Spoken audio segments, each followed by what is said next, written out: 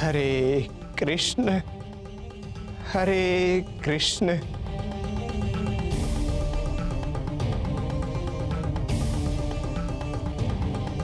हे हरि, अंधुय हारू करजे ने मारी हारे रहेजे।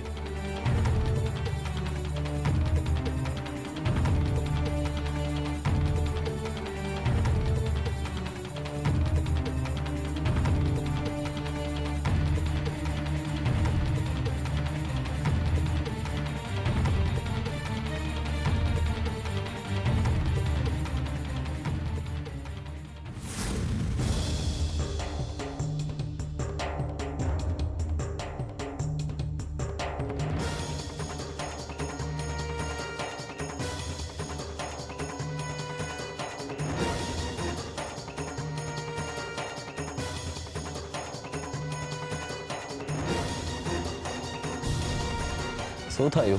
મને લાગે છે કે પાછળથી કોઈ ગયું. કોઈ ગયું ના. ચાલ બહાના નહીં બનાવ રામ.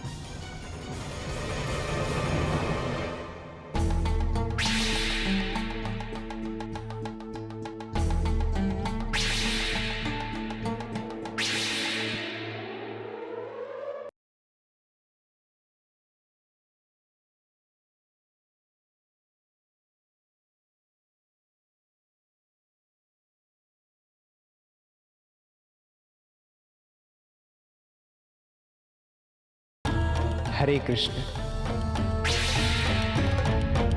તું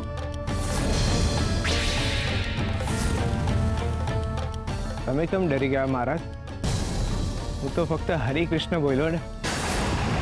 કૃષ્ણનું નામ સાંભળીને તો નીંદર આવે, પણ તમે કા ઝબકી ગયા? તું અંદર કઈ રીતે આવ્યો? અહીંયા સુધી કઈ રીતે પહોંચ્યો તું? સૈનિકો સૈનિકો ક્યાં મરી ગયા? બોલ, શું કામ આવ્યો છે તું અહીંયા? મને મારવા, મારું ખૂન કરવા આવ્યો છે તું?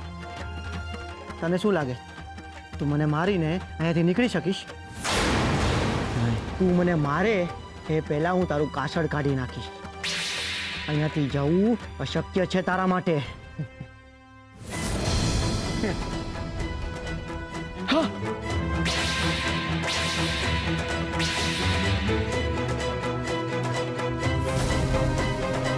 જો महाराज, મારા હાથમાંના શસ્ત્ર છે ને હથિયાર છે. તમને હજુ લાગે છે કે હું તમને મારવા આવ્યો છું? તમને દેખાતું નથી, પણ મારી પાસે હથિયાર છે ને એ બીજું કાંઈ નહીં, તમારા સંતાએ રહેલા સત્યનું શસ્ત્ર છે, જે તમારા મનમાં ધરબાયેલું છે. એ શસ્ત્ર તમને પૂરા કરી શકે છે મહારાજ. મારું સત્ય? હા મહારાજ, મારી આંખોની સામે તમે તમારા પિતાની હત્યા કરી હતી, એ જ સત્ય. આમ જોવા જઈએ તો સત્ય, ને આમ શસ્ત્ર.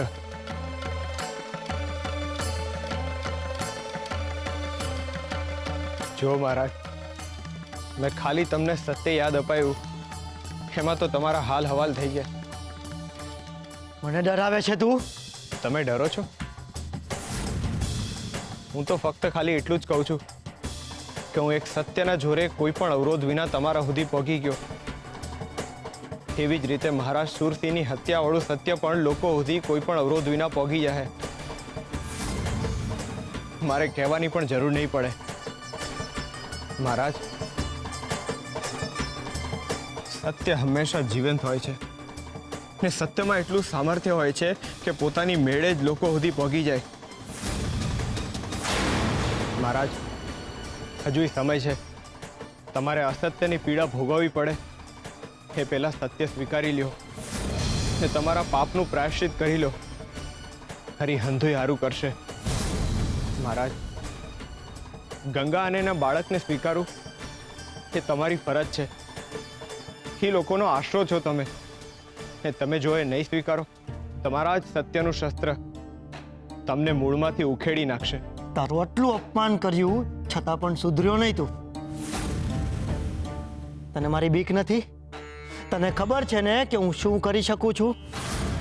એક તો ચોરની જેમ મારા મહેલમાં ઘૂસ્યો છે અને મને ધમકી આપે છે કે જો ગંગાના દીકરાને મેં મારું નામ ન આપ્યું તો તું મારા પિતાની હત્યાની વાત બધાને બહાર કરી દેશે એવું એમ?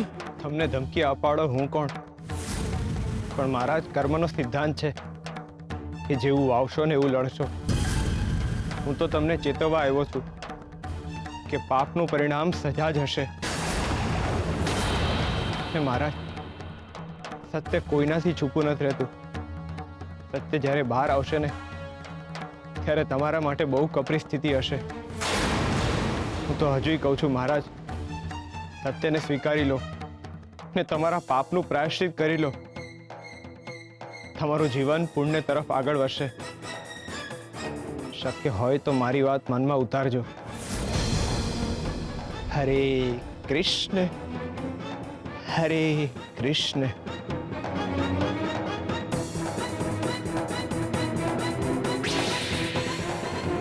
અબે કોડીનો સામાન્ય ભગત્યો મને ધમકી આપીને ગયો.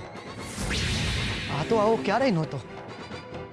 આનામાં આટલી હિંમત ક્યાંથી આવી ગઈ? નક્કી પેલી ગંગાએ જ એને હિંમત આપી હશે. મને બહુ હેરાન કર્યો છે ને. હવે જો હું એને કેવો પાઠ ભણાવું છું.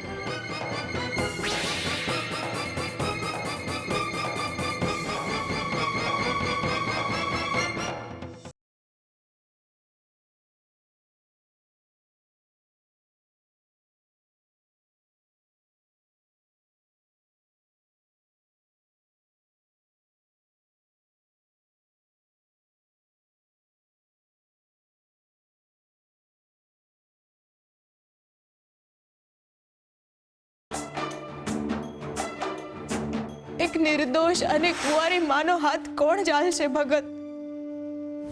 આ દુનિયામાં દરેક બાળક પોતાની સાથે ભાગ્ય લઈને આવે છે. હરિ કરે, ગંગાનું બાળક પણ એનું ભાગ્ય લઈને આવશે. હરિ હવનું હારું કરે છે. માસી જોયું? કાકા કાકીની કેવી વાત માની ગયા? અને તમે કેટલું કીધું તોય તમારી વાત નો માયના. ઓલી કાકીએ કીધું ને તો કેવા ચાકડા પાઈ જઈને બેસી ગયા અને કેવા માટલા ઘડવા લાગી ગયા. અગર જેવા માણસ ગંગાએ પહેલી વાર જોયા છે, એમણે મારું જીવન ધન્ય કર્યું છે. એમની સેવા અને દયાએ મને સ્વર્ગનું સુખ આપ્યું છે. અને એમને એવું કહેજો કે ભજન શીખવાનું તો રહી ગયું, પણ એમણે મને જે હાચા મનથી હરિનું નામ લેતા શીખવાડ્યું છે ને, એ જ હવે મારો સહારો બની રહેશે જીવન જીવવાનો. મેં જેની રક્ષા કરવાનું વચન આપ્યું હતું પણ એ વચન નિભાવી ન શક્યો. એને મારા ઉપર ભરો મૂક્યો હતો ને એ જ ભરો હું નિભાવી ન શક્યો.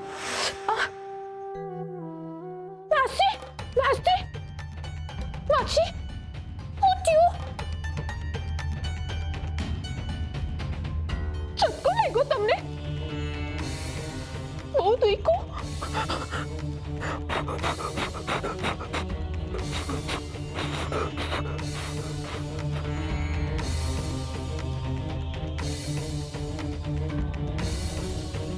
માસી માસી માસી માસી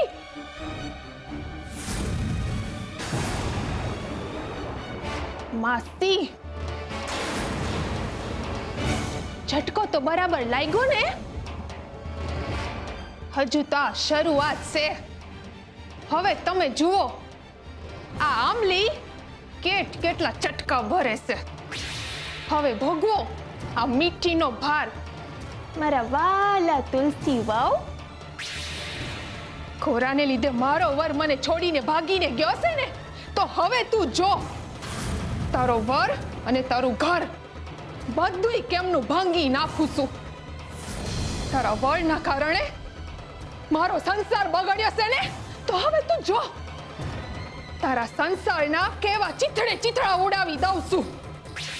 તું જો તુલસી, તારા અને ઘોડા વચ્ચે હું એવી ગંગા વહેવડાવું છું કે એ પાણી ઘી બનીને તારા સંસારને ભડકે બાળશે. હવે તારો સંસાર બાળીને રાખ ન કરી દઉં તો મારું નામ મીઠી નહીં. આ શું કરો છો? આ તુલસીએ ગંગા હારે કઈ કર્યું લાગે છે, જોવું પડશે.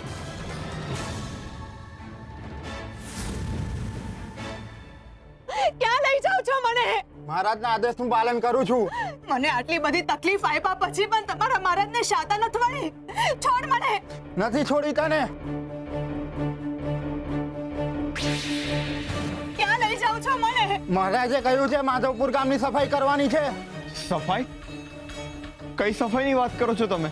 આવા પાપી અને નરાધમ લોકોને દૂર કરવાનું ફરમાન કર્યું છે મહારાજે. આ ગામમાંથી જ નહીં, આ દુનિયામાંથી દૂર કરવાના છે આ લોકોને. આવા તત્વોને મૃત્યુદંડ આપવાનું નક્કી કર્યું છે મહારાજે.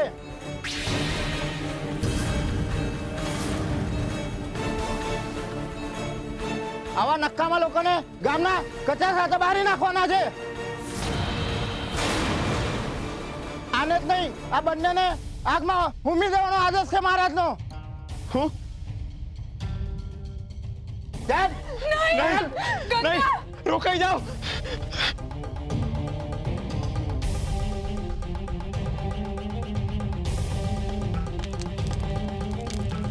ચાલ. નહીં, છોડી દો મને. મને ન મારો. જવા દો. હવે તારો એક જ માર્ગ છે, મૃત્યુ.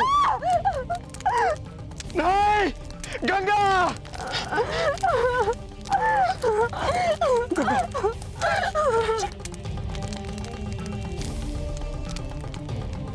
આ હું કરી રહ્યા હતા તમે લોકો? ને આ તો તમારા મહારાજનો કેવો આદેશ? તેમાં ખોટું છે. પાપને ધોવાટું આવું જ કરવું જોઈએ ને. એકદમ સાચી વાત છે. પાપને તો બાળવું જ જોઈએ,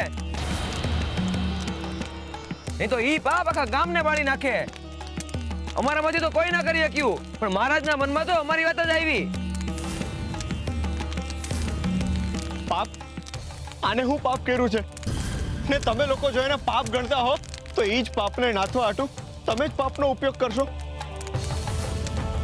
એના પાપને નાશ કરવા હાટું એની હત્યા કરીને તમે જ પાપ કરશો. જે ભાગમાં સડો પડે એને કાપવો જ પડે. મૃત્યુ સિવાય બીજો કોઈ માર્ગ નથી. આ પાપીના લીધે ગામની બીજી છોડીઓ બગડે ઈ પહેલા અને સજા આપીને ગામને બચાવવું ઈ જ સાચી રીત છે. અભાગી તો છે જ ગંગા, પણ હવે તેના ભાગે આખા ગામ એ ભોગવવું પડે છે. આપણી ચકીબેનની દીકરીનું રામપુર ગામમાં જ હગું કર્યું હતું. એમને ખબર પડી કે માધવપુરમાં તે કુંવારી માં ફરે છે, તો એમને એમની દીકરીનું હગું તોડી જ નાખ્યું. બિચારીનું જીવન આ અભાગીના લીધે જ બગડ્યું છે. ગામની કોક છોરી હોત તો હજી સમજત, પણ આ ગામની છે નહીં, આખા ગામનું ધનોત પનોત કરવા બેઠી છે. એના પાપે ગામની આબરૂ કોળીની થઈ ગઈ છે. હું તો કહું છું કે આખું ગામ ભડકે બળે એ પહેલા એને બાળી નાખવી જોઈએ. ઈ જાય ને એની હારે એનું પાપ એ જાય. હા હા હા સાચી વાત છે. હા હા, મારી નાખો આને. હગાવે પાપીની ચિતા.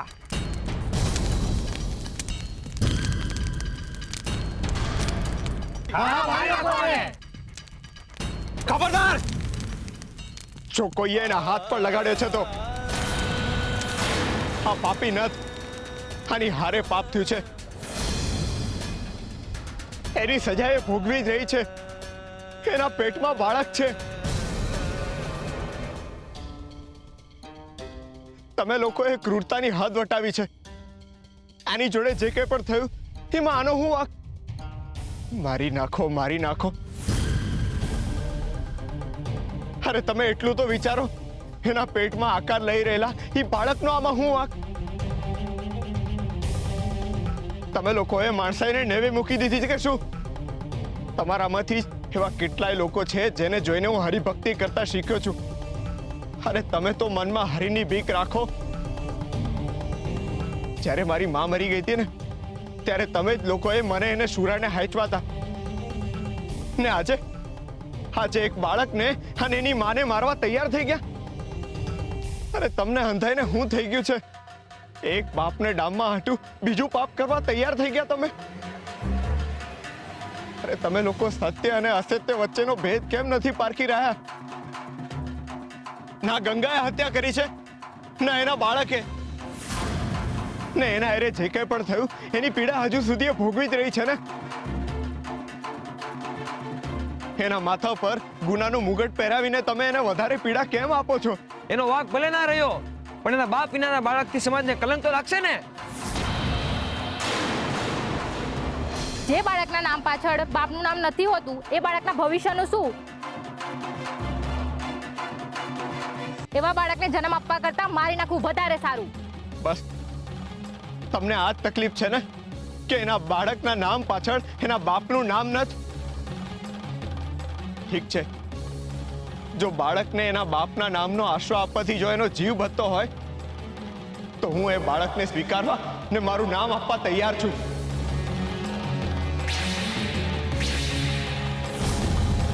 આજથી આ બાળકનો પિતા હું છું.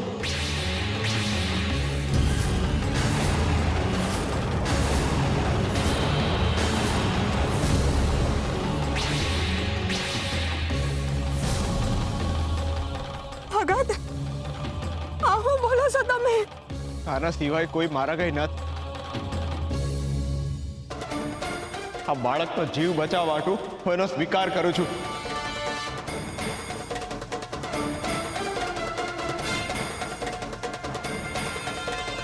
ને એકવાર મારું નામ લાગશે ને એના પછી ના તમે પાપી ગણાશો ના બાળક પાપ ગણાશે.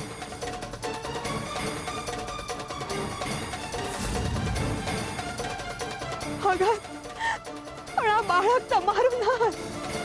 અંધાએ હરિના જ બાળકો છે, પણ અટાણે હરિનું નામ નહીં હાલે. એટલે હું આ બાળકનો સ્વીકાર કરું છું. હું એક બાપની જેમ જ આ બાળકને મારા ઘરમાં ઉછેરીશ.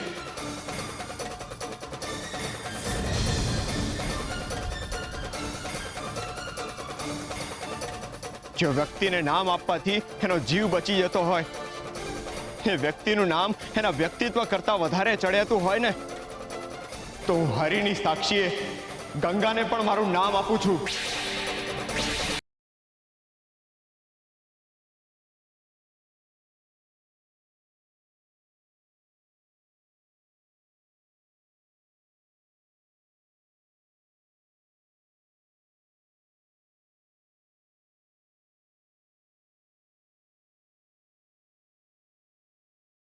પાપ પાપ કે પુણ્ય એ મનુષ્યના કર્મને ચકાસીને નક્કી કરવામાં આવે છે.